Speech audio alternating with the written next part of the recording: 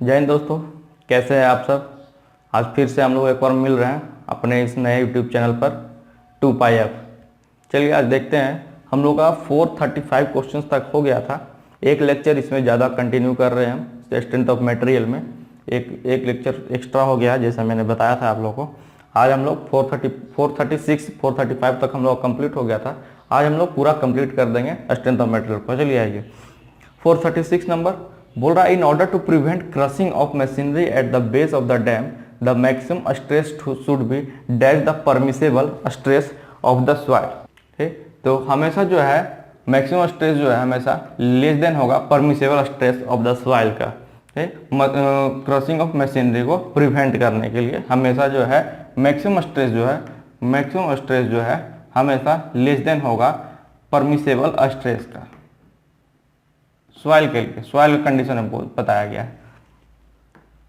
437 बोला the Rankine theory for active earth pressure is based on the assumption that, तो बोल रहा है the retained material is homogeneous and cohesionless, the frictional resistance between the retaining wall and the retained material is neglected, the failure of the retained material takes place along the plane called rupture plane है। तो ये हम लोग का D number जो है all of the above correct होगा। इसमें रैंकिंग थ्योरी जो है एक्टिव अर्थ के लिए जो दिया गया था, ये तीनों एजम्पशन लिया गया था। यहाँ पे क्वेश्चन पूछा गया, when the retained material subjected to some super imposed और super charge load the total horizontal pressure due to super charge load is. तो इसका जो है सिंपली ध्यान रखिएगा, ए नंबर होता है P into 1 minus sine five upon 1 plus sine five. इसमें ये सब क्वेश्चंस में ज़्यादा जो है टेंशन मत लिया कीजिए। ये जो है जनरली सिर्फ आप याद रखिए कि इसका क्या ऑप्शन होगा। इसमें ज़्यादा डीप में हम लोग को लेकर के जाना नहीं है, इसलिए मैं इसको सिंपली निकाल दे रहा हूँ। अब देखिए 439 नंबर इसमें पूछा गया हॉरिजॉन्टल थ्रस्ट। 439 क्वेश्चन में पूछा गया the horizontal thrust offered by the retaining wall on the retained material is. तो इसका होता है B number WH square upon 2 into 1 minus sine five by 1 plus sine five. B number जो हम लोग करेक्ट आंसर। 440 नंबर बोल रहा है reinforce cement concrete beam is consider to be made of. तो हमेशा जो है ये मेड होता है सीमेंट कंक्रीट भी हमेशा जो है हेट्रोजीनियस मटेरियल से, अलग अलग मटेरियल से बन के हम लोग का सीमेंट बनता है, सीमेंट कंक्रीट बीम, इसलिए जो है इसको हम लोग हेट्रोजीनियस मटेरियल से, ये थोड़ा इजी है। बोला the steel bars in a reinforce cement concrete beam are embedded dash of the beam. तो हमेशा जो है near the bottom the steel bar जो है रेनफोर्स सीमेंट कंक्रीट बीम जो है हमेशा एम्बेड होगा नीचे, हमेशा नियर द बॉटम के सामने। The assumption made in the theory of the reinforce cement concrete, मैंने हमेशा बोला जो भी एजम्पशन आएगा या फिर जो भी ऑल ऑफ द एबव में एबव जैसा कोई भी क्वेश्चन पूछता है RS खुरमी के केस में, RS खुरमी का जो बुक है उसमें all of the above he generally हुआ है, तो इसका भी जो ऑप्शन है ऑल ऑफ द एबव ही होगा। 442 443 नंबर बोला the critical neutral axis of reinforce cement concrete beam is based on the principal that the neutral axis is situated at the centre of the gravity of the section. तो ये true है हम लोग का। 444 number बोला 444 का जो हम लोग का क्वेश्चन है, the actual neutral axis of a reinforced cement concrete beam is based on the principle that the movement of areas of compression and tension zones at the neutral axis are equal। neutral axis पे हम लोग ऐसे भी जानते हैं कोई भी चीज हमेशा जो है इक्वल होता है, तो इसका जो है एक्टिव। 445 नंबर बोल रहा है in case of under reinforced beam the depth of actual neutral axis is dash that of the critical neutral axis. तो हमेशा जो है लेस देन होगा एक्चुअल न्यूट्रल एक्सिस से, हमेशा कम होगा क्रिटिकल न्यूट्रल एक्सिस के केस में। बोल रहा है the movement of resistance 446 number the movement of resistance of A reinforce section is. तो इसका जो बी नंबर हम लोग का सही इक्वेशन होगा B into N sigma C जो कि क्रशिंग स्ट्रेस है by 2 D minus N by 3। देख लीजिए यहाँ पे क्या क्या क्या है, बी जो है width of the beam, D जो है effective depth of the beam, B है depth of neutral axis from top of the beam, और ये क्या लिखा हुआ सिग्मा जो है अलाइबल स्ट्रेस इन कंक्रीट, ये सिग्मा है। 447 number, in case of an over reinforced beam, the depth of actual neutral axis is same as that of the critical neutral axis. ये हम लोग का फॉल्स है, ये हम लोग का फॉल्स है। हमेशा बताया एक्चुअल से जो है हमेशा लेस देन होगा क्रिटिकल न्यूट्रल एक्सिस। 448 नंबर बोल रहा the movement of resistance of a balanced reinforce concrete beam is based on the stresses, दोनों में स्टील एंड कंक्रीट बोथ में होता है। नेक्स्ट 449। अब देखिए जैसे मैंने बताया था हम लोग का जो लास्ट जो है 449 मतलब जो 30 क्वेश्चन लगभग 31 क्वेश्चन जो है हम लोग का स्ट्रेस स्ट्रेन कर्व पे पूरा है तो ये तुरंत हो जाएगा, इसके टेंशन नहीं लेना, इसके बारे में सभी लोग वाकिफ हैं। ये जो है स्ट्रेंथ ऑफ मटेरियल में पढ़ाया जाता है और आपको मैकेनिक्स में भी कुछ कुछ का इसका सेक्शन पढ़ा दिया जाता है। चलिए ये देखते हैं। 449 नंबर बोल रहा है, 449 नंबर शुरू करते हैं क्वेश्चन से। In a stress strain curve for mild steel as shown in figure 2.52 the point A represent, A क्या रिप्रेजेंट करता है? ए रिप्रेजेंट करता है हम लोग का इलास्टिक लिमिट। ए रिप्रेजेंट क्या करता है हम लोग का? Elastic limit. ओ से ए जो है हम लोग का इलास्टिक लिमिट रिप्रेजेंट कर रहा है, इलास्टिक लिमिट। इसके बाद इलास्टिक लिमिट कहने का मतलब है कि जो भी हम लोग फोर्स या लोड डाल रहे हैं आफ्टर रिमूवल ऑफ दैट वो हम लोग का शेप एंड साइज जो है हम लोग का रीगेन फिर से कर लेगा, वो इलास्टिक लिमिट। अब फिर बोल रहा है 2.52 में पॉइंट सी रिप्रेजेंट, सी जो है क्या रिप्रेजेंट कर रहा है? सी रिप्रेजेंट कर रहा है लोअर यील्डिंग पॉइंट, सी रिप्रेजेंट कर रहा है लोअर यील्डिंग पॉइंट। तो बी क्या है? बी हम लोग का अपर यील्डिंग पॉइंट हो जाएगा। इन 2.4 पूछ दिया बी, तो बी जो है हम लोग का अपर यील्ड पॉइंट राइट है। ये पूछ रहा है ई रिप्रेजेंट मैक्सिमम स्ट्रेस, ई क्या रिप्रेजेंट कर रहा है हम लोग का? Maximum stress. ई रिप्रेजेंट हम लोग का मैक्सिमम स्ट्रेस कर रहा है तो नहीं, फॉल्स है। ई क्या रिप्रेजेंट कर रहा है? ई रिप्रेजेंट कर रहा है ब्रेकिंग। इसके बाद जो है हम लोग का मटेरियल टूट जाएगा। 2.52 डी नंबर क्या रिप्रेजेंट कर रहा है? डी पॉइंट डी हम लोग का क्या रिप्रेजेंट कर रहा है? तो अल्टीमेट स्ट्रेस। डी क्या रिप्रेजेंट कर रहा है? Ultimate stress. अब देखिए बोल रहा है stress is proportional to strain for the portion, बोल रहा है stress is proportional to strain है कौन सा सेक्शन? तो मैंने बोला OH2 है जो कि इलास्टिक लिमिट है। हुक्स लॉ जो कि है stress is directly proportional to strain होता है with in elastic limit. O2A हम लोग का जो पोर्शन है हम लोग का यहाँ पे स्ट्रेस जो है डायरेक्टली प्रोपोर्शनल टू स्ट्रेन होगा। बोल रहा है in figure 2.52 Hooke's law goods holds good for the portion O2A, तो करेक्ट है क्योंकि हम लोग का stress directly proportional to strain है तो हम लोग का ये सही है। Plastic range occurs, plastic range जो है हम लोग का पूछ रहा है कहाँ से कहाँ ओकर करेगा। जैसा कि हम लोग ने O से A जो है इलास्टिक लिमिट है तो O से A के बाद जितना भी जो हम लोग का ये सेक्शन है B C D E सभी जो है हम लोग का प्लास्टिक रेंज में चलाएगा, मतलब beyond point A, beyond point A। 457 number क्या बोल रहा है? In tensile test when the material is stressed beyond elastic limit the tensile stress is dash compare to the stress. Tensile strain का पूछा है, टेंसाइल स्ट्रेन पूछा है, वो डैश जो है कंपेरिजन में स्ट्रेस के केस में ठीक हमेशा जो है इंक्रीज करेगा बहुत तेजी से। टेंसाइल स्ट्रेन जो है हमेशा इंक्रीज करेगा। टेंसाइल टेस्ट कैसे कैरी किया जाता है? मान लीजिए ये कोई मटेरियल ले लिया गया है टेंसाइल के लिए, ये हम लोग यूटीएम मशीन पर करते हैं, यूनिवर्सल टेस्टिंग मशीन पे दोनों तरफ से हम लोग लोड देते हैं ताकि इसको दोनों तरफ खींचे तभी तो टेंसाइल होगा। तो टेंसाइल स्ट्रेस क्या बोल रहा है? इलास्टिक लिमिट का बियॉन्ड दे, जब तक ये मतलब कि अपना शेप और साइज डिफॉर्म कर सकता है उसके बाद भी इस पर फोर्स अप्लाई करेंगे तो क्या होगा? हम लोग का टेंसाइल स्ट्रेस बहुत जल्दी क्विकली इंक्रीज जाता है और लास्ट में क्या होता है? ब्रेकिंग पॉइंट पे आकर के टूट जाता है। तो इसका डी नंबर जो हम लोग करेक्ट होता है। 458 नंबर बोल रहा है the stress at which the extension of material takes place more quickly as compare to the increase of load, तो उसको हम लोग क्या बोलते हैं? Yield point. उसको क्या बोलते हैं? यील्ड पॉइंट कहते हैं। 459 द ब्रेकिंग स्ट्रेस, जो ब्रेकिंग स्ट्रेस पूछा है, ब्रेकिंग स्ट्रेस और अल्टीमेट स्ट्रेस के केस में क्या होगा? तो हमेशा जो ब्रेकिंग स्ट्रेस है हमेशा लेस देन होता है अल्टीमेट स्ट्रेस के केस के लिए।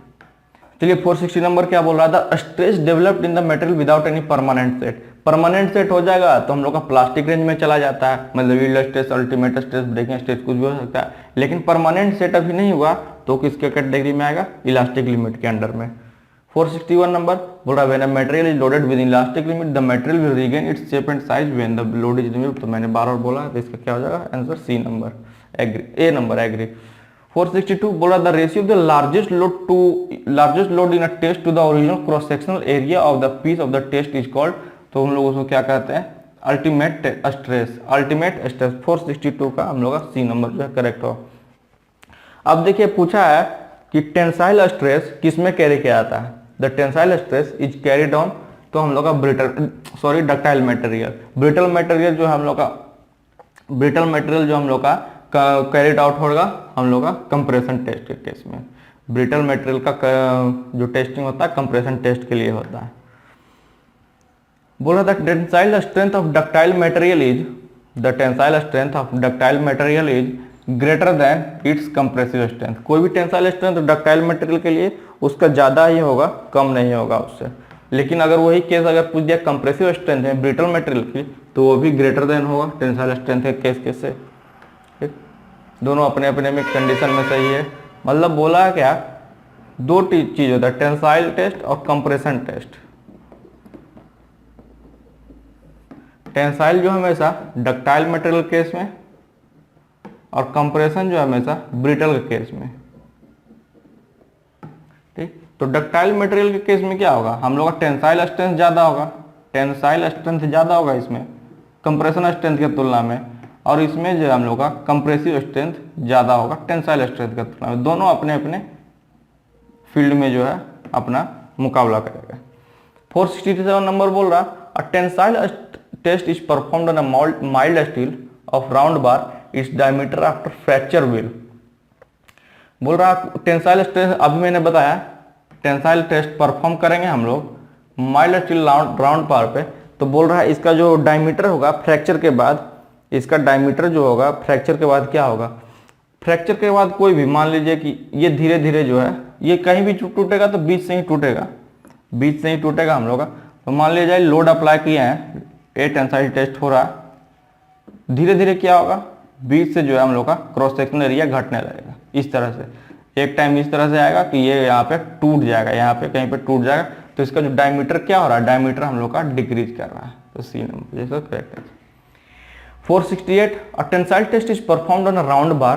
ठीक, राउंड बार पे अब बोला है और उसने माइल्ड स्टील पे बोला है था। बोल रहा after fracture it has been found that the diameter remains approximately same after fracture. बोल रहा है क्या, इसमें जो पाया गया कि डायमीटर जो है अप्रोक्सीमेटली सेम है पहले के तुलना में। तो मटेरियल अंडर टेस्ट वाज, तो पूछ रहा है वो कौन सा मटेरियल था, तो हम लोग का कास्ट आयरन था, वो हम लोग का कास्ट आयरन था। माइल्ड स्टील ग्लास कॉपर ये सब में घट जाएगा।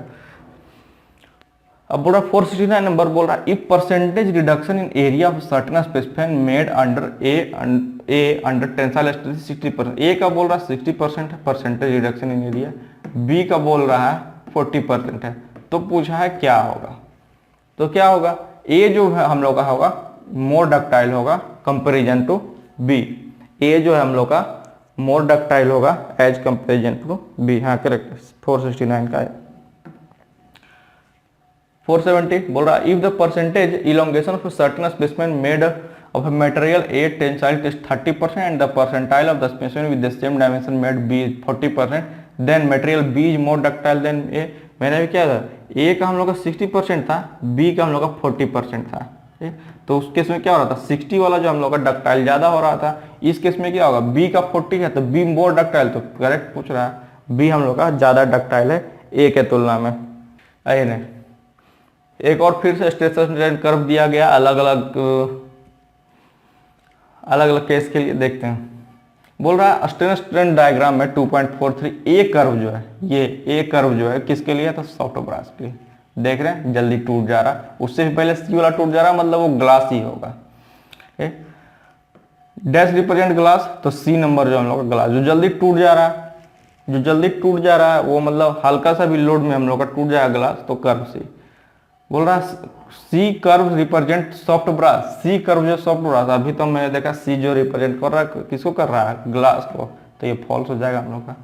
बोला डी रिप्रेजेंट माइल्ड स्टील, जो डी है हम लोग का रिप्रेजेंट माइल्ड स्टील कर रहा, तो हाँ हम लोग जो भी स्ट्रेन कर्व जो पढ़ते हैं इस तरह से जो, वो हम लोग का माइल्ड स्टील का ये होता है।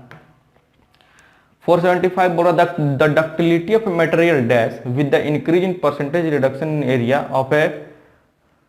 Area of a specimen under tensile test, तो हमेशा वो क्या होगा, इंक्रीज करेगा।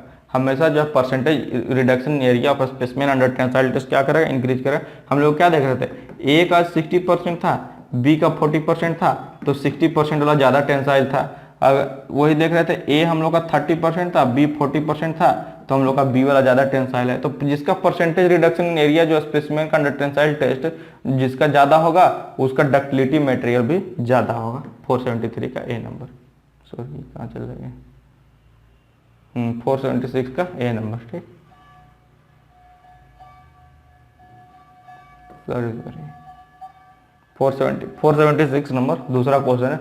बोला the ductility of material dash with the decrease in percentage, वहाँ इंक्रीज इन परसेंटेज बोला था, ये तो यहाँ डिक्रीज इन परसेंटेज बोल रहा है, दोनों अपोजिट है तो ये डिक्रीज हो जाएगा, सिंपल सी बात है। 477 नंबर फैक्टर ऑफ सेफ्टी पूछ रहा है, क्या होता है फैक्टर ऑफ सेफ्टी, हम लोग का होता है ultimate stress to the working stress, ultimate stress to the working stress हम लोग का फैक्टर ऑफ सेफ्टी होता है, और ये हमेशा ऑलवेज ग्रेटर देन 1 होता है। फैक्टर ऑफ सेफ्टी जो हमेशा होता है ग्रेटर देन 1 या फिर यूनिटी से ज़्यादा बोल सकते हैं, ultimate stress to working stress. But the factor of safety is always more than unity, हाँ तो करेक्ट। 478 479 बोल रहा है in compression test the fracture in cast iron specimen would occur along, बोल रहा है कंप्रेशन टेस्ट लिया गया है कास्ट आयरन के केस में, तो पूछा है कि स्पेसिमेन क्या किस तरह से मतलब कि हम लोग का फ्रैक्चर करेगा, तो ऑब्लिक प्लेन की तरह, ऑब्लिक प्लेन इस तरह से। फटीग टेस्ट बोल रहा है किसमें कैरिड आउट किया जाता है, तो stresses varying between two limits of equal but opposite sign, stresses varying between two limit of unequal but of opposite sign, stresses varying between two of unequal but of same sign, तो इसका जो हम लोग correct उत्तर हो जाएगा all of the above. Fatigue test जो carried out होता है हम लोग का ऑल ऑफ द अबव के केस में। तो यहाँ जो हम लोग का दोस्तों स्ट्रेंथ ऑफ मटेरियल का जो है आरएस फॉर्मी का ऑब्जेक्टिव का जो डिस्कशन था आज ओवर हो गया स्ट्रेंथ ऑफ मटेरियल केस में। इसके रिगार्डिंग अगर कोई भी क्वेश्चन 488 तक कोई भी क्वेरी हो तो आप लोग कमेंट बॉक्स में जो है वो डाल दीजिए, कोई भी क्वेश्चन में मैं एक अलग से उसका वीडियो बना दूंगा अगर उसमें ज़्यादा क्वेरीज होंगी तो, ठीक।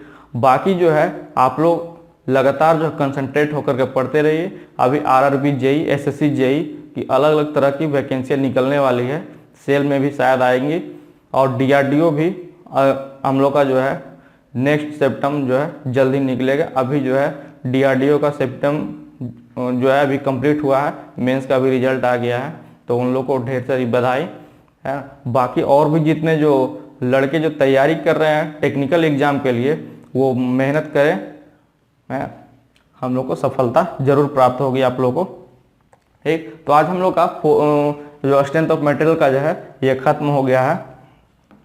हम लोग अगले लेक्चर शुरू करेंगे फ्लूइड मैकेनिक्स का, फ्लूइड मैकेनिक्स का। मैं बार बार बोल रहा हूँ जब भी आप लोग लेक्चर देख रहे हैं तो जिनके पास ये बुक है आरएस फॉर्मी का वो सामने लेकर के बैठे ताकि इंटरेक्शन ज़्यादा से ज़्यादा हो, ठीक। जब भी कोई भी लेक्चर देख रहे हैं, जितने भी question first lecture second lecture जो भी 70 to 80 क्वेश्चन है, तो उसको एक बार पहले से आप जो है रिवाइज कर लें ताकि आपको जो है ज़्यादा से ज़्यादा समझ में आए, ठीक। उसी तरह जैसे मैं फ्लूइड मैकेनिक्स में शुरू करूँगा तो आप लोग जो है पहले से एक बार उसको या जो पीछे का जो थ्योरी दिया है एक बार पहले से आप लोग पढ़ लें, या तो जो कॉलेज टाइम या फिर कोई भी जो बुक प्रीफर कर रहे थे आप उसको एक बार समराइज कर लें ताकि आप लोग का ऑब्जेक्टिव क्वेश्चंस में है जो कम से कम समय लगे। समय कैसे कम लगे कोई भी ऑब्जेक्टिव क्वेश्चंस को सॉल्व करने में, वो आप लोग इस तरह से कर सकते हैं। जैसा कि मैंने हर एक टॉपिक में क्या किया, मैंने हर एक टॉपिक में आपको सबसे पहले कुछ टेबल करके बता दिया, कुछ फॉर्मूला पूरा बता दिया कि इसका क्या क्या होगा। उस तरीके से आप कर सकते हैं, क्योंकि जो आरएस फॉर्मी की बुक है या फिर आरके जैन की बुक है वो सिस्टमेटिक वे में दी हुई है, एक टॉपिक के बाद एक टॉपिक का क्वेश्चन खत्म हो रहा है उसके बाद अलग टॉपिक का, उसमें मतलब कि मिक्सअप नहीं किया हुआ। तो उस तरीके से जैसे एसएफडी बीएमडी शुरू हुआ तो एसएफडी बीएमडी का थोड़ा बढ़िया तरीके से पढ़ लिए और उसका जो है सारा जो है क्वेश्चन टिक लगा लिए। तो इस हिसाब से आप जो है अपना जो है कॉन्फिडेंस लेवल इंक्रीज कर सकते हैं, ठीक। तो फिर मिलते हैं अगले लेक्चर में फ्लूइड मैकेनिक्स के लिए, तब तक के लिए धन्यवाद।